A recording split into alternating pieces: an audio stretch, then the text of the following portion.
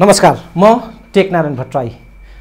दर्शकवृन्द, यति बेला अमेरिकी सहयोग सम्झौता एमसीसी को निकै चर्चा छ र एमसीसी यति बेला निर्णायक मोडमा आएको भनेर तरङ्ग पैदा गरिरहेको छ। आज हामी कुरा गर्दैछौँ नेकपा एमालेका नेता भीम रावलसँग। यहाँलाई स्वागत छ। धन्यवाद। मेरो पहिलो प्रश्न, यति बेला सबभन्दा चासोको विषय छ एमसीसी के अब निर्णायक क्षणमा छ, पारित हुने या नहुने? तपाईलाई सूचना चाहिँ के छ? एमसीसी पक्षले योभन्दा अगाडि पनि यो निर्णायक हो, अहिले भएन भने फिर्ता हुन्छ भनेर पटक पटक भनेको मलाई सम्झना छ। त्यति बेलाका सम्बन्धित व्यक्तिहरूले यस्तो दबाब आयो भनेको पनि मलाई सम्झना छ। यो त्यस्तो दबाबको श्रृङ्खलाको चौथो दबाब होला। एमसीसी यो देशमा पारितै नभएर श्रीलङ्कामा जसरी फिर्ता हुन्छ, या एमसीसी अहिले निर्णायक क्षणमा छ, अब पारित नै भइजान्छ, या अझै यसलाई चुनावसम्म धकेलिन्छ? यी तीनटा अप्सनमध्ये के बलियो देख्नुहुन्छ तपाईँ? हाम्रो देशको आन्तरिक राजनीतिक स्थितिमा जुन प्रकारको गठबन्धन अहिले सरकार छ र शेरबहादुर देउवाजीको जस्तो प्रकारको दृष्टिकोण देखा परेको छ, यो हेर्दाखेरि उहाँले यसलाई जबरजस्ती अगाडि धकेल्न खोज्ने हो कि भन्ने सङ्केतहरू त देखा परेका छन्। तर सँगसँगै सरकारमा सहभागी अरू राजनीतिक दलहरूको जुन अडान छ र नेपाली जनताको व्यापक यसका राष्ट्रघाती प्रावधानप्रतिको जुन विरोध छ, यसले शेरबहादुरजीलाई पनि सहज होला जस्तो मलाई लाग्दैन र आउने निर्वाचनलाई समेत ध्यानमा राखेर त्यो जोखिम उहाँले मोल्न नहुने हो जस्तो लाग्छ। तर कहिलेकाहीँ के हुन्छ भने जब मान्छे आफ्नो पदको लागि आफ्नो स्वार्थमा अन्ध भएर हिँड्छ, त्यति बेला त गर्नु नगर्नु पर्ने कामहरू गरेका अरू देशका उदाहरण त छन्। एउटा कुनै देशको दबाब आयो भने नेपाली जनताको आवाजभन्दा त्यसलाई महत्त्व दिने जुन प्रवृत्ति र चरित्र छ, तर अहिले सरकारको जुन संरचना छ त्यसलाई हेर्दाखेरि उहाँलाई त्यति सजिलो होला जस्तो त मलाई लाग्दैन। तर यसै प्रसङ्गमा जुन मेरो पार्टी नेकपा एमाले छ, त्यो नेकपा एमालेको तर्फबाट यस्तो गहन विषयमा जनताको बहुदलीय जनवादको मान्यता अनुसार राष्ट्रको स्वाधीनता स्वतन्त्रतासँग गाँसिएको संवेदनशील विषयमा स्पष्ट दृष्टिकोण नराखी एकदम चलाकीपूर्ण किसिमले एउटा अवसरवादी बाटो लिए जस्तो गरेर सरकारले पहिले के भन्छ अनि मात्रै हामी भन्छौँ भन्ने जुन कुरा आइरहेछ, यसले गर्दा स्थिति प्रतिकूल, नेपालको हितमा स्थिति प्रतिकूल जान्छ कि भन्ने त मलाई पनि लागेको छ। यति बेला चर्चा गर्नै पर्ने बाबुरामसँगको तपाईँको अहिले ट्विटर जुहारी चलिरहेको छ, मान्छेहरू रमाइलो मानिरहेछन् त्यसमा। तपाईँले अहिले केही घन्टा अगाडि बाबुराम भट्टराईलाई ट्विटरमै जवाफ दिनुभएको छ। बाबुराम भट्टराईको प्रश्न के भने, गोप्य सहमति गरेको बाबुरामले एमसीसीको मामलामा भनेर यहाँले आरोप साध्नुभयो। बाबुरामले चाहिँ प्रमाण देखाउनु पर्यो, बिना प्रमाण बोल्न पाइन्छ पिएचडी धारी मान्छेले, कतै तपाईँको पिएचडी नक्कली त होइन भनेर प्रश्न गर्नुभएको छ। त्यसको जवाफ पनि तपाईँ दिनुभएको छ। अलिक विस्तृतमा यसमा खुलाइदिनु, बाबुरामजीले कसरी चाहिँ गोप्य रूपमा यो सम्झौता गर्नुभयो? अब हेर्नुहोस्, यस्तो व्यक्तिगत कुराहरूमा म त्यति चासो त राख्दिनँ। मैले यो ट्विटरमा दोहोरी खेल्न खोजेको पनि होइन। उहाँ जस्तो व्यक्ति त्यसरी उत्रेपछि जनतामा त्यसको भ्रम अनेर सिर्जना नहोस् भनेर मैले सामान्य जवाब दिएको मात्रै हो। मैले के भनेको थिएँ भने, कार्यदलको प्रतिवेदनमा पनि छ, मैले बारम्बार भन्दै आएको कुरा के हो भने, बाबुराम भट्टराईजी प्रधानमन्त्री हुनुभएको बेलामा उहाँले त्यो कामलाई अगाडि बढाउनको लागि काम गर्नुभएको कुरा केबाट देखिन्छ भने, एउटा टोली बनाइयो, त्यति बेला पत्राचार पनि गरियो र त्यो कामलाई अगाडि बढाउने कुरा आरम्भ गरेको त्यति बेला औपचारिक रूपमा उहाँको पालामा देखिन्छ। त्यसकारण उहाँ त्यसको लागि जिम्मेवार भएको हुनाले उहाँले त्यही बेला के गर्नुभएको छ, त्यसकारण आज उहाँ आँखा चिम्लेर यसका राष्ट्रघाती प्रावधानहरूको प्रति कुनै पनि मतलब नराखेर जसरी पनि पारित गर्नुपर्छ भनेर भनिरहनु भएको छ भन्ने तथ्य कुरा मैले भनेको हो। अब त्यो तथ्य कुरा भन्दा उहाँले नक्कली सक्कलीका कुरा गर्नु भयो हुनाले मैले पनि जुन रूपमा उहाँले भन्नुभयो, अब यो नक्कली त सिमाना पारिबाडी हुने गरेको सुनिन्छ। हाम्रो त्रिभुवन विश्वविद्यालयमा त आश्रममा पिएचडी गरेको, कसैले नक्कली गरेको भन्ने चर्चा पनि सुनिँदैन भनेर मैले स्मरण गराएको मात्रै हो। जस्तो अब तपाईँलाई लाग्ने आरोप चाहिँ, अब धेरैले त यहाँको एमसीसी प्रतिको अडानमा सराहना नै गरेका छन्, तर कतिपयले चाहिँ यो अलिकति सस्तो लोकप्रियताका लागि अनि राष्ट्रवाद भजाएर अब त्यसमा चाहिँ क्रिएटिभिटी पनि नचाहिने, काम पनि नचाहिने, डेलिभरी पनि दिन नपर्ने अनि सजिलै जनमत हासिल गर्नका लागि चाहिँ नेताहरूले राष्ट्रवादको जामा पहिरिन्छन्। त्यसमध्येमै भीम रावल पनि यो अलिक बढी नै बाचाल नेता हुनुहुन्छ राष्ट्रवादको मामलामा भन्छन्। अनि तपाईँले यो एमसीसीलाई पनि एउटा टुल्सको रूपमा प्रयोग गर्नुभएको छ भन्छ। यो नेपालमा बाह्य शक्तिको चलखेल अगाडि बढाउन चाहनेहरूको तर्क हो। जस्तो उदाहरणको लागि हाम्रो सन्दुकपुरमा सिमाना मिचेको छ, अनि सिमाना मिच्न पाइँदैन भन्दा त्यो सस्तो लोकप्रियताले बोलेको भन्ने हुन्छ। लिपुलेक, कालापानी, लिम्पियाधुरा अतिक्रमण परेका छन्। त्यो अतिक्रमण हुँदैन, त्यहाँ हाम्रो भोग चलन चाहियो भन्दा अनि त्यो के सस्तो लोकप्रियताको लागि हुन्छ? देशको हितमा उठाइएका आवाजहरूलाई दमन गर्नको लागि यी कुरा नउठुन् भन्ने तत्त्वहरू अथवा त्यस्तो सोच्नेहरूले यस्तो कुरा गर्छन्। यदि मैले मान्नुहोस् लोकप्रियताको लागि जनताले मलाई समर्थनको लागि मैले बोलेको छु भने अनि त्यस्तो ठान्नेहरूले उहाँहरूले पनि बोलेर जनताको समर्थन लिए हुन्छ नि त।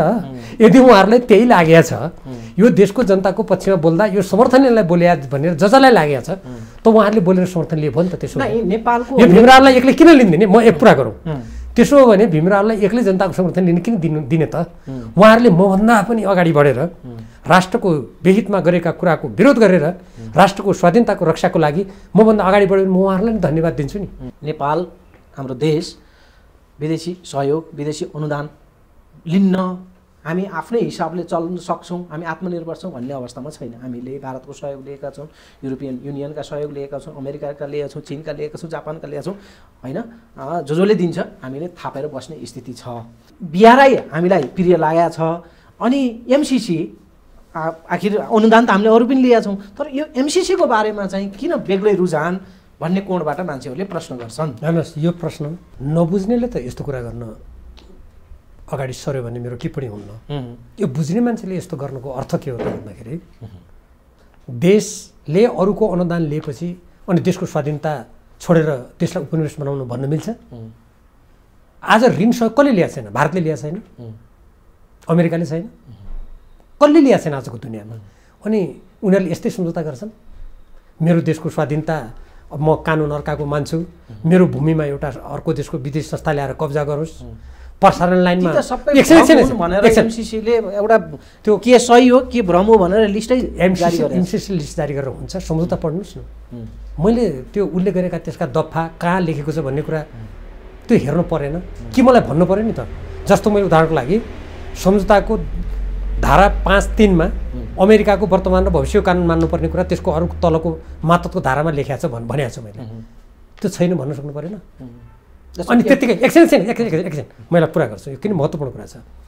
अनि जब भारतको सहमति लिनुपर्छ भने अनुसूची 5 मा त्यहाँ लेखेको छ भने मैले भनेको छु, त्यो मैले भने होइन नि, त्यहाँ लेखेको छ। अनि त्यहाँ छैन त्यसको अर्थ होइन भनेको छ, भन्न सकेको छ, शेरबहादुरजीले भन्न सकेको छ, बाबुराम भट्टराईले भन्न सकेको छ। अनि गोसारा बोलीमा अनि आर्थिक सहयोग नलिएर हुन्छ भनेर मैले आर्थिक सहयोग नलिनु भनेको छु र अब जुन देशले आर्थिक सहयोग लिएको छ त्यो देशको अधीनमा देशलाई जनाउने भन्ने हुन्छ? कसले लिएको छैन आर्थिक सहयोग र ऋण? भारतले विश्व ब्याङ्कबाट लिएको छैन। अस्ति प्रधानमन्त्री शेरबहादुर देउवाले पनि भन्नुभएको थियो यो देशको लागि म पनि लडेको छु, म पनि जेल बसेको छु। बाबुराम भट्टराई अथवा अरू नेताहरू अनि कोही लडेको छ भनेर आज म देशलाई ओलीलाई पनि राख्नुपर्छ? मेरो शब्द म त्यसमा प्रयोग गर्दिनँ। जसले चाहे केपी ओली हुन्, सुन्नु न, उहाँहरू त्यत्तिकै सजिलै देशलाई बिक्री गर्नुहुन्छ होला त? त्यो हामीले पत्याउन मिल्ला त? भीमरावले देश बचाउनुहुन्छ, शेरबहादुर देउवा या अहिले एमसिसीको पक्षमा अलिकति जो लागेका छन् उनीहरू सबै देश बेचुवा हुन् भन्न मिल्ने अवस्था छ त? मैले देश बेचुवा भने छैन, तपाईँ व्यवहारमा हेर्नुहोस् न। महाकाली सन्धि शेरबहादुरले गरे होइन? त्यति बेला म प्रतिनिधि सभाको सदस्य थिएँ। सङ्कल्प प्रस्ताव गरेपछि त्यहाँ सबै चिज हुन्छ भनेर भन्ने शेरबहादुरजी होइन? त्यो सङ्कल्प प्रस्तावको जवाब खोज्नु न शेरबहादुरजीसँग। आज कसैसँग काल्पनिक रूपमा कसैलाई देशको हितमा काम गरेर भन्नु परेन। एकछिन मेरो कुरा सुन्नुहोस्, पुरा सुन्नुहोस्। कसैलाई काल्पनिक रूपमा देशको हितमा गरेर भन्नु परेन, व्यवहारमा हेर्नु पऱ्यो नि। मैले कसैलाई देश बेचुवा यस्तो भनेको छैन नि। म के भन्दैछु भने महाकाली सन्धिमा जसरी सङ्कल्प प्रस्ताव पारित गरेपछि सबै नेपालको हित हुन्छ भनेको त्यो गलत थियो, त्यो प्रमाणित भयो। आज शेरबहादुरजी चुप्प मुखमा पट्टी लागेर बस्नु भएको छ। 25 वर्ष हुन लाग्यो। कहाँ गयो पञ्चेश्वर सन्धि? कहाँ गयो त डडेलधुराबाट सूर्य उदायो? त्यसै बेला हामीले भनेका थियौँ यो नगरौँ, महाकालीको उद्गम स्थल प्रष्ट नभइकन हुँदैन भनेर नेकपा एमाले त विभाजनको समेत त्यत्रो सामना गर्नु पर्यो। मिलेनियम च्यालेन्ज कर्पोरेसनको सम्झौताका नेपालको राष्ट्रहित विरोधी प्रावधानहरूलाई नहटाई त्यसमा सहमति जनायो भने ती सबैले राष्ट्रघात गरेको कुरा प्रमाणित हुन्छ। भोलि अब कुरा स्पष्ट हुनेछ। म यो सहयोगको बारेमा होइन, यो कुरा छुट्छ क्या, यो सहयोगको कुरा सुन्नुहोस् न। म सहयोगको कुरामा म एकदमै स्पष्ट छु। म अन्तर्राष्ट्रिय कानुन विदेश सबै बुझेको मध्येमा म पनि छु। हेर्नुहोस्, कुरा के हुन्छ भने कुनै देशको ऋण सहयोग लिने भनेको त्यो ऋण सहयोगको सदुपयोग गर्ने कुरामा सम्झौता गर्न सकिन्छ, शर्तहरू गर्न सकिन्छ। तर आफ्नो देशको स्वाधीनता गुमाएर विश्व ब्याङ्कबाट भारतले पनि ऋण लिँदैन, चीनले पनि लिँदैन, कसैले लिँदैन, अमेरिकाले पनि लिँदैन, हामीले पनि लिनु मिल्दैन। अब एउटा मेरो अलिकति यो लामो हुनसक्छ। हामी तपाईँको घरमा छौँ, अगाडि छिमेको घर छ, त्यहाँ तपाईँले केही सहयोग ऋण माग्न जानु पर्यो भने तपाईँले ढोका ढकढक्याएर ओए ढोका खोल भनेर अनि मलाई तुरुन्तै यति चाहियो भनेर टाठो मिजाजमा त गर्नुहुन्न। मतलब हामीले ऋण लिँदा पनि कमसुक लेखिन्छ, ब्याज स्याजका कुरा फर्काउने मिति हुन्छन्, शर्त त लगाउँछ नि लिनेवालाले। हामी आफैमा आत्मविश्वासी हुन सक्दैनौँ कि त्यो अनुदानलाई हामीले लिन्छौँ, त्यसको सदुपयोग गर्छौँ, राष्ट्रिय हित प्रतिकूल हामी हुन दिन सक्दैनौँ। हामी त आफ्नै आत्मविश्वास नभएका भएनौँ। तपाईँले साह्रै बोलीचालीको भाषामा कुरा गर्नुभयो, म बोलीचालीको भाषामा जवाब दिन्छु। मैले त्यो घरबाट ऋण लिएँ भने मेरो घरको यो पर्खाल बनाउनको लागि ऋण लिएँ, अनि ऋण लिएपछि मलाई ऋण दिने मान्छेले के भन्यो भने तपाईँले यो ऋण दिँदा यो घरको स्वामित्व मेरो नाममा गरिदिनु सबै भन्यो भने के मिल्छ? त्यो भने एकछिन भ्रमको कुरा नगर्नुहोस्, एउटा कुरा त्यो। दोस्रो, तपाईँले आफूलाई कमजोर ठान्ने भन्नुभयो। सम्झौतामा चाहिँ देशको भूमि असीमित कालको लागि एउटा कम्पनीलाई जिम्मा दिने भने त्यहाँ लेख्ने, अनि आफूलाई कमजोर ठानेर हामीले भन्नु मिल्छ? किन लेखेको थियो? म के भन्दैछु भने त्यो सम्झौता अनुसार साँच्चीकै हाम्रो देशको विकासको लागि अनुदान दिएको हो भने हाम्रो देशको स्वाधीनता स्वतन्त्रता हाम्रो कानुन विपरीतका प्रावधान हटाऊ भनिरहेको छु म। त्यो नलिने भनेको छ र? म यहीँबाट प्रश्न गर्छु के अमेरिका, सुन्नुहोस्, चीन अमेरिका भारत कुनै पनि देशले कसैबाट ऋण लिँदा मेरो जमिनमा तिम्रो देशको संस्थाले कब्जा गर्न दिन्छ भने मान्छ? आज अमेरिकाले चीनको एउटा सामान्य सञ्चार, एकछिन मेरो कुरा पुरा सुन्नुहोस्, एकछिन हाइपोथेसिस होइन छ, तपाईँ सुन्नुहोस्, के हाइपोथेसिस होइन। आज सामान्य रूपमा भारत चीन अमेरिकाले आफ्नो देशको कुनै विदेशी कम्पनीबाट आएको एउटा सामान्य त्यहाँ संस्था छ भने पनि आफ्नो देशको कानुनमा कहीँ असर पर्छ भने तुरन्त त्यो कम्पनी नै बन्द गरिदिन्छ, होइन? अनि नेपालले आफ्नो भूमिमाथि आधिपत्य जनाउन दिने, अनि त्यो आधिपत्य जनाउन नदिनु हाम्रो कमजोरी हो भन्ने तर्क त त्यो मिल्दैन। कतिपय त्यसका प्रावधानहरूलाई मिस इन्टरप्रेट गरिएको छ, तपाईँ भ्रममा हुनुहुन्छ, होइन? अनि त्यसलाई बढाइ चढाइ गरिएको होइन, गरेको छैन, भ्रम फैलाउन खोजिएको छ, छैन, र त्यसमा चाहिँ कतिपय रूपमा गलत हो। सुन, अनि त्यसमा कतिपय उसले पछि पत्राचार मार्फत त्यसलाई प्रस्तावित पत्राचार मात्र तपाईँ सुन्नुहोस्, म अन्तर्राष्ट्रिय कानुन र कानुनको विद्यार्थी पनि हो। कुनै पनि सन्धि सम्झौता जबसम्म दुई पक्ष बसेर औपचारिक बैठक गरेर बैठक पुस्तिकामा लेखेर सहमत गर्दैनन्, कुनै पत्रबाट, प्रश्नोत्तरबाट, सङ्कल्प प्रस्तावबाट त्यसको सम्झौताको कुनै पनि कुरा परिवर्तन हुँदैन, त्यो कुनै पनि कार्यान्वयन गर्ने कुरा रोकिँदैन। अनि यो कुरामा जनतालाई भ्रम पुर्याएर हामी सङ्कल्प प्रस्ताव गरेका छौँ, पत्र पठाएको छ, कुनै राजदूतले जवाब दियो भनेर यो जनतालाई ठग्ने कुरा हो। कानुनमा त्यस्तो हुँदैन। भोलि प्रावधानमा भनेअनुसार भएन, देशले चाहिँ अलिकति अनसेक्योर फिल गर्यो भने सम्झौता रद्द गर्ने लगायतका प्रावधान पनि त त्यहाँ छन् नि त गर्नु पऱ्यो नि त। रद्द गर्ने भए पूर्व सूचना दिएर रद्द, सम्झौता अनुमोदन नै भएको छैन, अहिले के को रद्द गर्ने? सम्झौता अनुमोदन नभइकन कार्यान्वयन सम्झौता गर्यो त विचार गरौँ, हेर्नुहोस्। कुनै सम्झौता अनुमोदन नभइकन कार्यान्वयन सम्झौता गरेर नुवाकोटमा जग्गा अधिग्रहण गर्न मिल्छ? यो कानुन मिचेको होइन।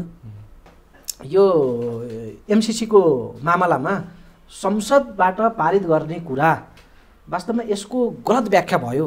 अरू सम्झौता सुन्नु न, गुपचुप रूपमा सम्झौताहरू भएका छन्। एउटा एनजिओ आइएनजिओले, सुन्नुहोस् है, एउटा सिङ्गो प्रदेशको बजेटभन्दा ठुलो बजेट खर्च गर्ने एनजिओ आइएनजिओका शर्तनामा उनीहरू के गर्छन्, कसो गर्छन्, सुन्नु न, त्यो गुपचुपमा यस्ता कति आएका छन् योजनाहरू, बजेटहरू।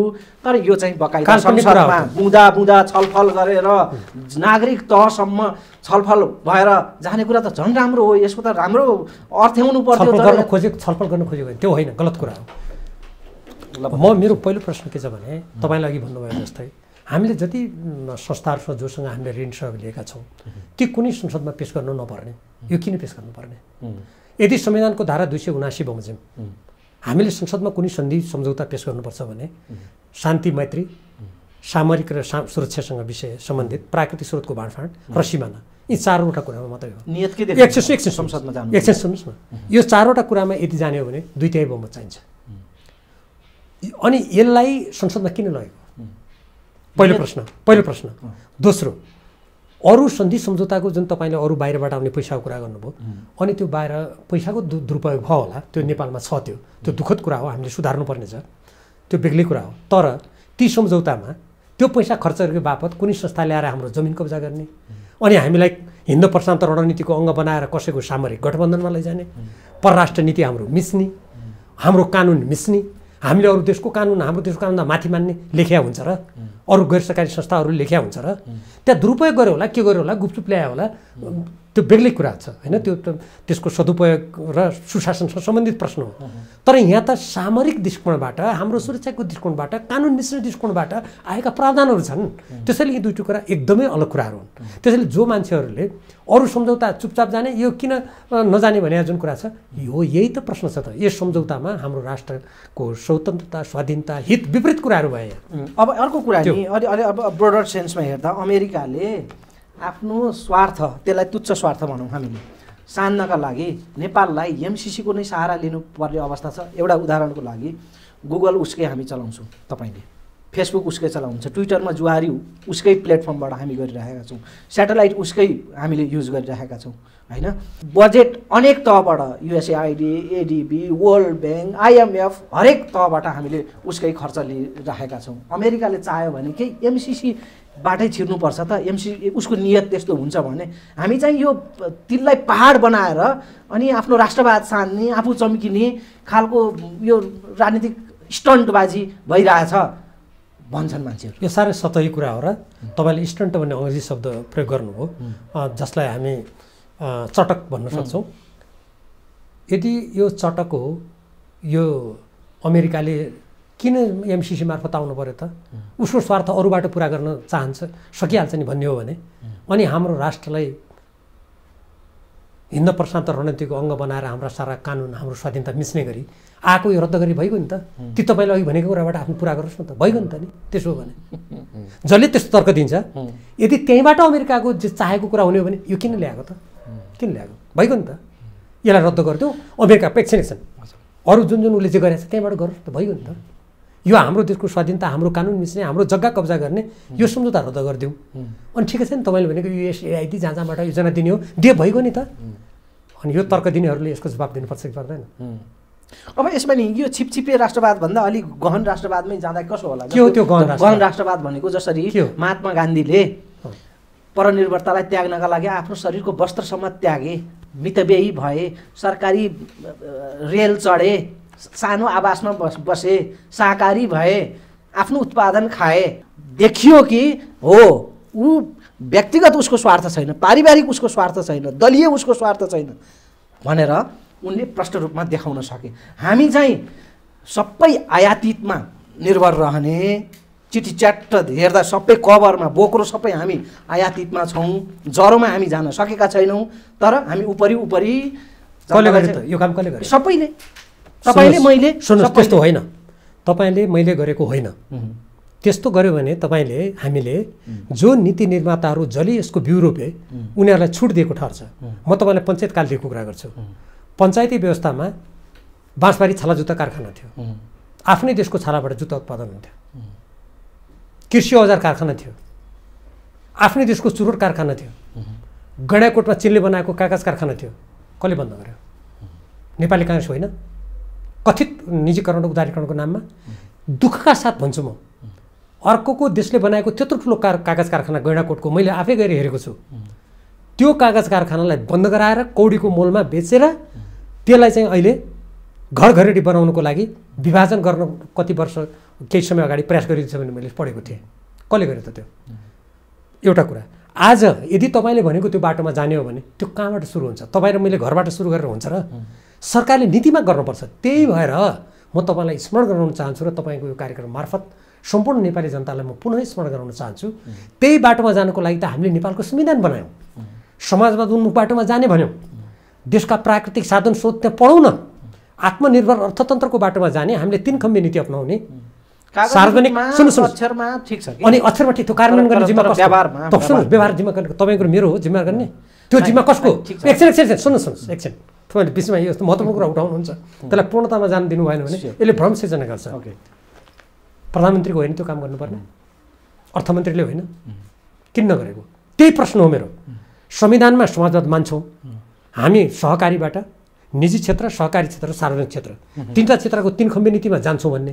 एमसिसीको कानुनमा के छ? उदारवादी बाटो लिएर खुला समाजमा जानुपर्छ भन्ने र विद्युत प्राधिकरणको एउटा ऐन बनाउँदाखेरि त्यहाँ नियुक्त गर्ने कर्मचारी यो एमसिसीको घुसपेटबाट त्यो व्यक्ति उदार अर्थनीति र उदारीकरणमा विश्वास गर्ने मान्छे हुनुपर्छ भनेर कानुनमा लेख्न मिल्छ? संविधानमा समाजवादी बाटोमा जाने भन्ने, सहकारी एकछिन सुन्नुहोस्, सहकारी निजी र सार्वजनिक तीनखम्बे नीति अपनाउने भन्ने अनि त्यसको विरुद्ध सम्झौता गर्न पाइन्छ? यस्तो भयो। त्यसैले सुन्नुहोस् पक्कै महात्मा गान्धीको तपाईँले कुरा मैले सुन्नु पुरा सुन्नुहोस्। महात्मा गान्धीको जस्तो कुरामा हामीले यसमा धेरै लामो छलफल गरिसकेर नेपालको संविधानमा समाजवादी उन्मुक्तमा पढौँ त त्यहाँ तपाईँले भनेका जम्मै कुराहरू छन्। त्यो कार्यान्वयन गर भनाइ त मेरो हो त अहिले। ठिक छ कि सत्तामा हुँदा बिगार गर्नेलाई प्रतिपक्षमा हुँदा गाली गर्ने अनि फेरि आफू सत्तामा हुँदा नमुना बन्न नसक्ने हाम्रो चरित्र त्यो भयो नि त। अनि त्यो चरित्र भयो भनेर त्यो चरित्र गर्नेहरूको आलोचना गरी त्यसलाई सुधार्ने कि देशलाई पराधीन बनाऊ भन्ने मिल्छ? ल मान्नुहोस् तपाईँको घरमा तपाईँको घर बिग्रियो, तपाईँको घरमा कुनै केही भयो, मेरो घरै भनौँ, मेरो घरमा कुनै किरा आयो के आयो कसो आयो अनि त्यसबाट त्यो घरलाई मुक्त गर्ने कि मैले आगो लगाएर सिधै हामी रूपमा मिल्छ सारमा एउटा भयौँ क्या हो। त्यसैको त आलोचना गर्दैछु त म, नेतृत्व त्यो प्रकारको त्यसैको आलोचना गर्दैछु म। नेपालको संविधानमा एउटा कुरा तपाईँ आलोचना गर्दा गर्दै तपाईँ आफै पनि रूपमा एउटा सारमा कसरी भन्छन् मान्छे। एउटा उदाहरण दिनुहोस् त उदाहरण। मैले के गरेँ, म 32 सालदेखि लगातार यो राष्ट्रको स्वाधीनता आत्मनिर्भरता यहाँका प्राकृतिक स्रोत जनशक्तिहरू नेपालको हितमा लगाउनुपर्छ भनेर म लगातार भनिरहेको छु। त्यो भने बापत पञ्चायतकालमा 33 सालमा राजकाज मुद्दा खेप्ने देखेर लगातार यो पार्टीमा प्रहार खेप्नेदेखि लिएर लगातार मैले के चाहिँ राष्ट्रको हितमा मैले गर्नुपर्छ भन्दा म सरकारमा छँदा जस्तो रक्षा मन्त्री छँदाखेरि भारतीय नाकाबन्दीको विरुद्ध सबभन्दा बढी बोल्ने मान्छे म होइन। त्यो त हो कि अनि मैले के चाहिँ गरेको तपाईँभन्दा बेसी त केपी ओली बोल्नु भएको थियो। बोल्नु त भयो, यो एमसिसीको बोलेका राम्रो कुरामा त प्रशंसा गर्नुहोस् न। यो किन संसदमा लिएको त? किन लिएको? मैले व्यवहारमा कुनै गलत काम गरेको एउटा भन्नुहोस्। यो नेपाल राष्ट्रको हितमा यो राष्ट्रको स्वाधीनता र प्रतिष्ठामा आँचाउने कुनै एउटा कुरा गरेको भन्नुहोस् आजसम्म? म 50 वर्ष यो देशमा राजनीतिमा रहेँ र भन्न सक्नुहुन्छ? भन्नुहोस् त छ कुनै? अब राजनीतिक नेतृत्वले त्यो प्रकारको छवि जनताबाट आर्जन गर्नुपर्छ, जनतालाई सोध्नुपर्छ। तपाईँलाई खुसी पार्नका लागि अहिले मुखेन्जेल गर्नु भएन भने जनताकै अङ्ग हो नि भन्नुहोस् न त, म स्वीकार गर्न तयार छु। मैले आजसम्म राजनीतिक क्षेत्रमा यो व्यक्तिगत कुरामा यस्तो कुरामा बहस गर्न त नहुने हो, तपाईँले उठाइहाल्नुभयो। मैले राजनीतिमा पाइला टेकेँ आजसम्म नेपालको स्वाधीनता स्वतन्त्रता अखण्डता नेपालको हितभन्दा बाहिर गएर एउटा गरेको मलाई उदाहरण देखाउनुहोस्। म अहिले पार्टीको सदस्य छु, म सन्यासी लिदिन्छु। म फेरि पनि यसलाई चाहिँ प्रश्न त्यस्तो होइन, यो व्यक्तिगत कुरा होइन। व्यक्तिगत रूपमा भीमरावलाई भनेको होइन, यो मैले राजनीतिक नेतृत्वलाई भनेको। तपाईँ मार्फत मलाई तपाईँसँग बोल्नु सजिलो छैन त। केपी ओलीले त्यसरी हामीलाई अन्तर्वार्ता दिनुहुन्न, छानेर दिनुहुन्छ होइन। त्यसैले त मुख्य शेरबहादुर देउवा फेस गर्नुहुन्न, प्रचण्डजीले छानेर अन्तर्वार्ता दिनुहुन्छ। तपाईँ मार्फत म त उहाँहरूलाई पनि तपाईँले जुन कुराको प्रसङ्ग कोट्याउनु हो, तपाईँले कोट्याएको प्रसङ्गमा नै यो एमसिसीसँगको सम्झौतामा जुन त्यहाँ लेखिएका कुराहरू छन् कसैलाई आरोप लाउनु परेन, काल्पनिक कुरा गर्नु परेन। एकैछिन सुन्नुहोस्, कसैलाई काल्पनिक कुरा गर्नु पनि परेन। तर त्यहाँ लेखेका कुराहरू हाम्रो संविधानको विरुद्धमा प्रष्ट छन्, हाम्रो राष्ट्रिय स्वाधीनता हाम्रो स्वतन्त्र राजनीतिको प्रष्ट छन् भने नेताहरूलाई त्यो नगर भन्नु परेन? पर्यो। ठिक छ, अर्को कोणमा जाउँ। एमसिसीले चुनावी परिणामलाई कतिको प्रभाव पारेर देख्नुहुन्छ? म अहिले नै भन्छु, म सम्पूर्ण देशभक्त नेपालीहरूलाई अहिले नै आह्वान गर्छु, यदि कुनै व्यक्तिले हाम्रो देशको स्वाधीनता स्वतन्त्रता विरुद्धका एमसिसीका ती प्रावधानहरू संशोधन नगरी यसलाई पारित गर्ने काम गर्छ भने आदरणीय नेपाली जनता हो, त्यस्ता व्यक्तिहरूलाई पराजित गर्नुहोस्, यो देशको स्वाधीनताको रक्षा गर्नुहोस्। मेरो त्यही आह्वान हुन्छ। पोइन्टमा आयो। यस अगाडि भारतीय नाकाबन्दीको टेको लिएर राष्ट्रवाद त्यसलाई टेको नभन्नुहोस् न, त्यो सत्य कुरा थियो। ठिक थियो त, मैले भने त टेको होइन नि त, त्यो पछि देखिएन नि त, पछि भ्रङ्ग भयो नि त त्यो टेको, त्यही भएर टेको भनेको। पछि त छिरे त गोयलहरू बालवाटारमा। त्यो बेला जे भएको त्यो ठिक थियो, पछि जे गर्यो त्यो गलत थियो। अहिले गठबन्धन सरकारमा खास गरी प्रचण्डजी र माधव कुमार नेपाल यस्तो स्ट्यान्ड पोइन्टमा हुनुहुन्छ जसरी केपी शर्मा ओलीले भारतीय नाकाबन्दीको त्यो छेकोमा उहाँले आफ्नो पोलिटिकल हाइट प्राप्त गर्नुभयो, त्यसलाई मतमा कन्भर्ट गर्नुभयो। एवं प्रकारले अहिले गठबन्धन बरु चाहिँदैन, तर एमसिसीको यो राष्ट्रवादलाई पकडेर जाने हो भने माधव कुमार नेपाल र प्रचण्डजीलाई यो गठबन्धनले भन्दा फाइदा एमसिसीले दिन्छ। त्यस भएर यति बेला एमसिसीको विरोधमा उत्रिने त्यसरी नाफा हुन्छ भन्ने आकलन छ। त्यस भएर मैले सोधेको कि एमसिसीले चुनावमा कतिको फरक पार्छ? भारतले जति बेला अन्तर्राष्ट्रिय कानुन विरुद्धमा हामीमाथि नाकाबन्दी गर्यो त्यसको कुनै केपी ओलीजी भीमरावले या तपाईँले मात्रै विरोध गरेको होइन, सम्पूर्ण देशभक्त नेपालीले विरोध गर्ने त्यो एकदमै ठिक थियो, जनताले मत दिए, त्यो पनि ठिक थियो। तर कुनै व्यक्ति तपाईँ भन्नुहोस् मैले आज कुनै राम्रो काम गरेँ भने म 6 महिनापछि खराब काम गर्छु भने भीमरावले आज राम्रो काम गरे हुनाले यो खराब कामको समर्थन गर्नु भन्ने तर्क हुन सक्दैन। त्यसकारण आउने निर्वाचनमा विगतमा जसले जे काम गरे एमसीसीका राष्ट्रघाती सम्झौता दफाहरू परिवर्तन गरेर जाउँ कसैले भन्यो भने त्यसलाई देशभक्त नेपालीले समर्थन गर्नुपर्छ। यदि कसैले आँखा चिम्लेर यो राष्ट्रलाई पराधीन बनाउने हामी नेपालीलाई उपनिवेशकरणको बाटोमा धकेल्छ भने त्यस्ता जोसुकै हुन्, चाहे नेकपा एमाले हुन् चाहे जोसुकै हुन्, त्यस्तालाई पराजित गर्नुपर्छ।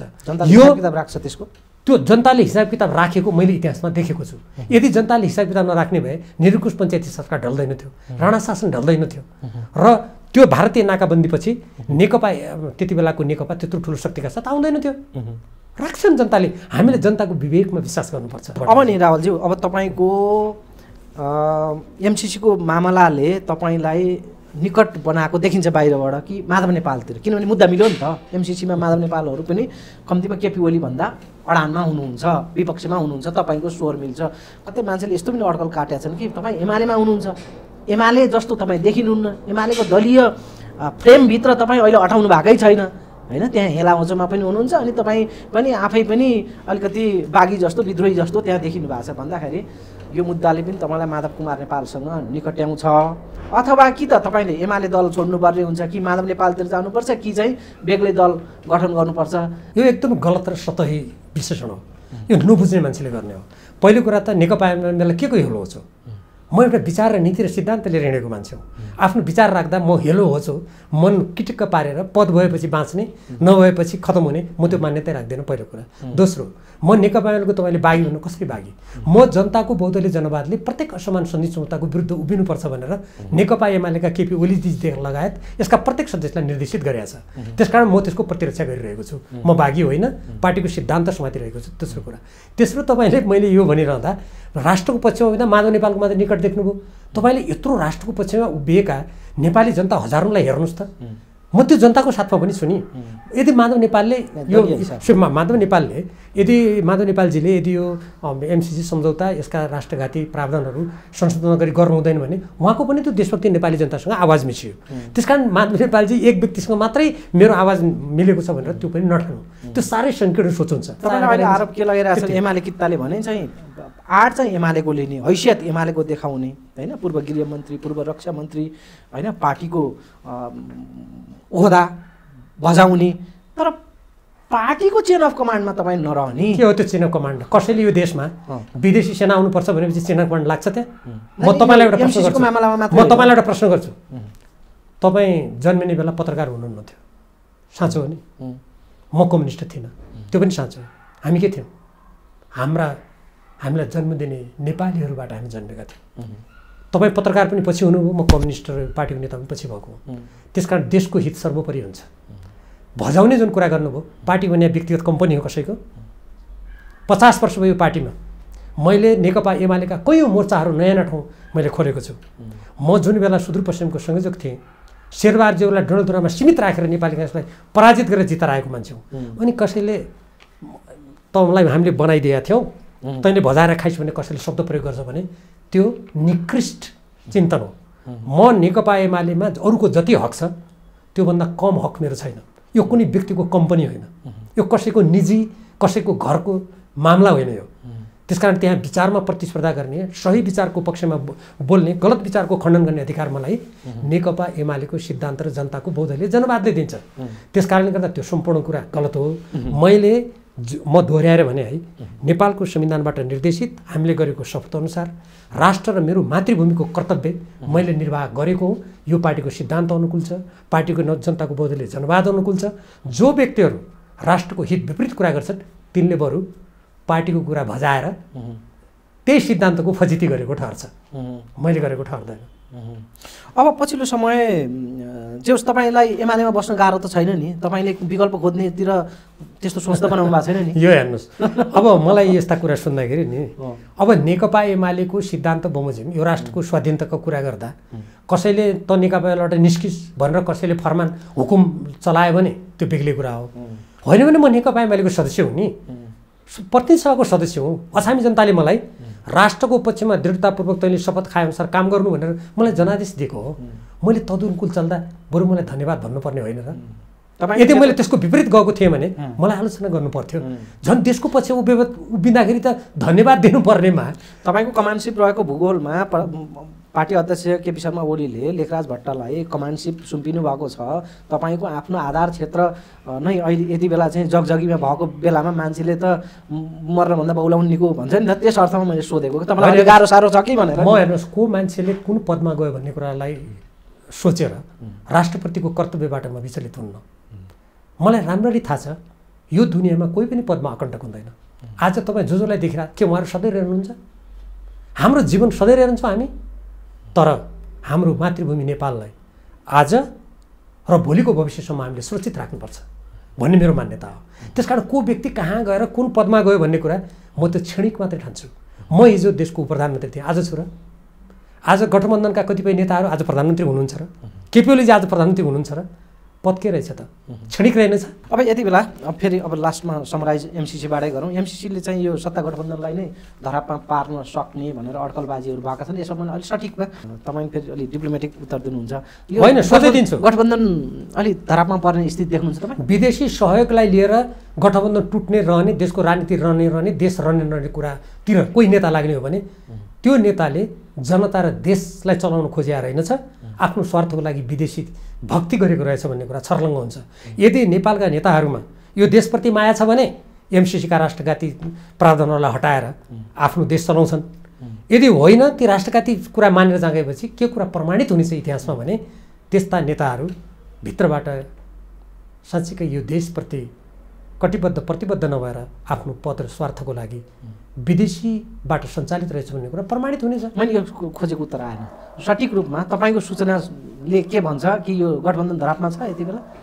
मैले तपाईँलाई भने नि त, गठबन्धन यदि यो पार्टीका नेताहरूले चाहिँ आफ्नो स्वार्थ, आफ्नो नीति, आफ्नो संविधानलाई सर्वोपरि नदिएर अगाडि जाने हो भने धरापमा पनि पर्न सक्छ र नेपालका कतिपय नेताहरूको चरित्र हेर्दा धरापमा पर्न सक्ने सङ्केत पनि देखिएका छन्। अब एउटा कुरा नि, तपाईँलाई अलिक पर्यवेक्षक जस्तो मानौँ यति बेला। तपाईँ यद्यपि एमालेको लेगेसीमै हुनुहुन्छ, एमालेको नेता हुनुहुन्छ, त्यसमा तलमाथि छैन, तर माधव नेपालसँग पनि केही विषयमा तपाईँको कुरा मिल्छ। विचार समूहको तपाईँ नेता हुनुहुन्थ्यो र राम्रो सङ्गत छ। दुईटा पार्टीले एकअर्कालाई खेदो खनेर आगामी चुनावमा देखाइदिने भने हुन् के। अनि माधव नेपाल भन्नुहुन्छ हामीले हालत खराब गरिदिन्छौँ, अनि केपी शर्मा ओली भन्नुहुन्छ अब चुनाव आओस् न, जनताले देखाउँछन् भन्नुहुन्छ। तपाईँले स्थिति के हुने देख्नुहुन्छ? एमालेको र नेकपा यसको चुनाव पछिको पोजिसन के होला? म यो दृष्टिकोण नै गलत ठान्छु। पार्टी विभाजन हुनु नै गलत थियो, दुईटाको सरकार ढाल्नु नै गलत थियो, त्यसलाई व्यवस्थित गरेर नजानु नै अयोग्यता थियो। 6 प्रदेशमा नेतृत्व गरेको सरकार ढल्नु नै गलत थियो, पार्टीमा फुटुनु नै गलत थियो। म पहिलो कुरा त्यो भन्छु। दोस्रो कुरा एकअर्कालाई देखाइदिने भन्नुभन्दा उहाँहरू दुवै नेताले हामी देशको लागि यी सकारात्मक काम गर्छु भनेको भए म धन्यवाद दिन्थेँ। के देखाउने? अन्तमा यदि देखाउने भित्र कुनै नकारात्मक काम गर्छु भन्ने हो भने अन्तमा त्यो देखेको हेर्ने त जनता हुन्छन्, पीडित हुने राष्ट्र हुन्छ। आकारको हिसाबले त्यस कारणले गर्दा मैले अलिक आकारमा जानु होइन, आकारमा मैले चुनावमा कस्तो आउला, चुनावको नतिजामा कसैले चुनावको नतिजामा कसैले केही सिट बढी ल्याउनु होला, कसैले कम ल्याउनु होला, त्यसले के नै ठुलो देशको लागि ल्याउँछ, के परिवर्तन गर्छ त्यसले? त्यसकारण जिम्मेवार नेताले कसैलाई देखाउने भन्दा जनतालाई यो देशको स्वाभिमान स्वतन्त्रतालाई बलियो बनाएर देखाउनु बुद्धिमानी हुन्छ। उहाँहरू दुवैजनालाई तपाईँको यो सञ्चार माध्यमबाट म त्यो सुझाव दिन्छु। एकअर्कालाई केही देखाउने होइन कि यो देशको लिम्पियाधुरा लिपुले कालापानीमा नेपालको हकभोग स्थापना गरेर देखाउनुहोस् हजुर, एउटा। दोस्रो, आज देशमा महँगी बढेको छ, नियन्त्रण गरेर देखाउनुहोस्। प्रमुख विपक्षी दलको नेताले त्यहाँ आवाज उठाउनुहोस्। आज हाम्रो कोरोनाको सङ्क्रमणबाट पीडित कतिपय जनताहरू रहेका छन्, त्यहाँ ध्यान दिनुहोस्। आफ्नो पार्टी विभाजन भएर कार्यकर्ता पीडित छन्, त्यसलाई सुधार्नुहोस्, जनतामा विश्वास जगाउनुहोस्। मेरो त सुझाव त्यो पो हुन्छ त, अरू के देखाउने? त्यो रिसले, आवेगले, आक्रोशले दम्ब देखाएर कुनै नेताले काम गर्छ भने त्यो नेता राष्ट्र हाँक्ने होइन, व्यक्तिगत स्वार्थको लागि प्रवृत्त भएको ठहरिन्छ। अनि तपाईँ एउटा अलिकति साझा छवि भएको नेता पनि हुनुहुन्छ दलहरूलाई। यो बिचमा तपाईँले भेट्न, प्रचण्डलाई भेट्न सजिलो छ, तपाईँलाई ओली त नेता नै भइहाल्नु, माधव कुमार नेपाललाई भेट्न सजिलो छ, वामदेवजीलाई भेट्न सजिलो छ। कतै यो चुनावको मुखमा आखिर जे भयो, फेरि चुनावमा त नयाँ सम्भावनाहरू, नयाँ ढोकाहरू खुल्छन् होइन? चुनाव भनेको त त्यो त अद्भुत त्यसमा शक्ति हुन्छ। कम्युनिस्ट फेरि गठबन्धन हुने सम्भावना के कतिको देख्नुहुन्छ? अब मैले यसलाई दुई दृष्टिकोणबाट हेर्छु। अब राजनीतिमा नेपालमा हुने नहुने काम जम्मै कतिपय नेताहरूले गर्नुभयो हुनाले असम्भव त केही पनि छैन। तर मैले यसलाई प्राज्ञिक दृष्टिकोणबाट परबाट राम्ररी विश्लेषण गर्दा अहिले केपी ओलीजी र माधव नेपालजी आउने चुनावमा एक हुने स्थिति म देख्दिनँ। किनभने त्यहाँ अन्तर्विरोधको जुन स्वरूप छ, जुन स्तर छ, त्यो देखिँदैन। कुनै बेला नेकपा एमाले र नेकपा माओवादीको बिचमा एकताको त्यस्तै स्थिति हुने सम्भावना थिएन। त्यहाँ धेरै कटुता थियो, तर पछि गएर त्यो हट्यो, अझ फेरि गएर त्यो बल्झियो। अहिले माधव नेपालजी र केपी ओलीजीको बिचमा त्यस्तो खालको एकता हुने आधार, त्यसका कुनै अवस्था मैले देखेको छैन। बरु कटुता र अन्तर्विरोधका अनेक श्रृङ्खलाहरू त्यहाँ म विद्यमान देख्छु।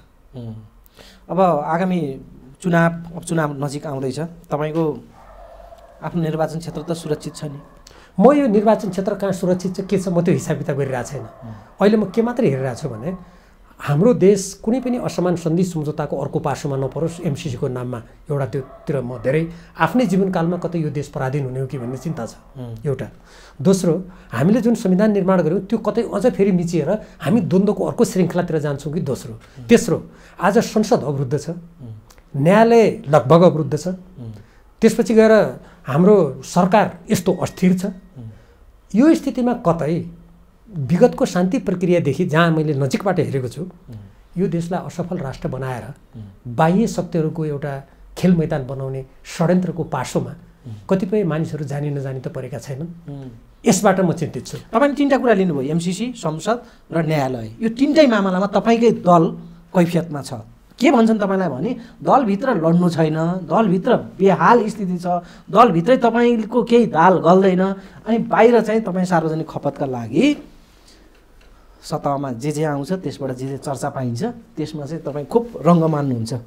दलभित्र लड्नु पर्दैन पहिला भन्छ। यो कस्तो दुःखपूर्ण मानसिकता हो कि देश जनता र लोकतन्त्रको लागि बोल्दा त्यो रमाइलो मान्ने भनेपछि यस्तै सोचले के देशमा बहुदल आउँथ्यो? त्यसो भए पञ्चायतकालमा पनि बहुदल जनताको अधिकार चाहन्छ भनेर बाहिर बोल्दा त्यो रमाइलोको लागि बोले होला त्यसो भए, होइन? जेल पनि रमाइलोको लागि। एकछिन म तपाईँलाई भन्दैछु नि, यो अत्यन्त सतही र एउटा त्यत्तिकै भन्ने विचार लाग्छ मलाई। दोस्रो, दलसँग लड्ने कुरा, म हाम्रो पार्टीमा भित्र वैचारिक सङ्घर्षको मामलामा त्यहाँभित्रका गलत कुरा हुनु हुँदैन भने आजदेखि होइन। पार्टी एकीकरण भएदेखि लगातार कुनै पनि नजिकबाट हेर्ने मान्छेले सजिलै त्यो कुरा बुझ्न सक्छ। एमसीको कुरा आज उठेको हो र 4 वर्ष अगाडि थाई कमिटीमा मैले लिखित प्रस्ताव राखेको छु। 4 वर्ष अगाडि कार्यदल मेरै जोड, म पनि हो, अरू साथीहरू पनि हुनुहुन्थ्यो, हाम्रै जोडले कार्यदल बनेको हो। र मैले यी गलत विचारहरूलाई हटाउनुपर्छ, म नेतृत्वमा गयो भने म देशलाई त्यता हाँक्छु भनेर मैले 10औं महाधिवेशनमा केपी ओलीजीसँग प्रतिस्पर्धा समेत गरेँ। अनि आफ्नो दलभित्र लड्नु छैन, यहाँ बाहिर बोल्यो भनेर कसैले भन्छ भने योभन्दा हास्यास्पद सतही तर्क अरू केही हुन्छ? मैले त आफ्नो ठाउँमा राष्ट्रको हितमा, जनताको हितमा लगातार भन्ने हो, सकेको ठाउँमा दबाब दिने हो, सकेको विचार प्रवाह गर्ने हो, जनमत सिर्जना गर्ने हो, जनतालाई अनुरोध गर्ने हो। ती कुरा त लोकतन्त्र हो भने प्रधानमन्त्रीले पनि सुन्नुपर्छ, पार्टीका नेताहरूले सुन्नुपर्छ। अब कसैमा निरङ्कुशताको भूत चढाएको छ भने उनीहरू सुन्दैनन्। ल राहुलजी, यहाँसँग बडा खुलस्त संवाद गर्ने यो मौका जुर्यो। यो समय र संवादका लागि यहाँलाई धेरै धेरै धन्यवाद तपाईँलाई। हस् दर्शकले, हामीले कुराकानी गऱ्यौँ एमाले नेता भीम रावलसँग। खास गरी अहिले एमसिसीको मामला फेरि एकपटक पेचिलो बनेको छ, यसकै सेरोफेरोमा र केही अन्य राजनीतिक सन्दर्भमा पनि। बिदा हुन्छु, नमस्कार।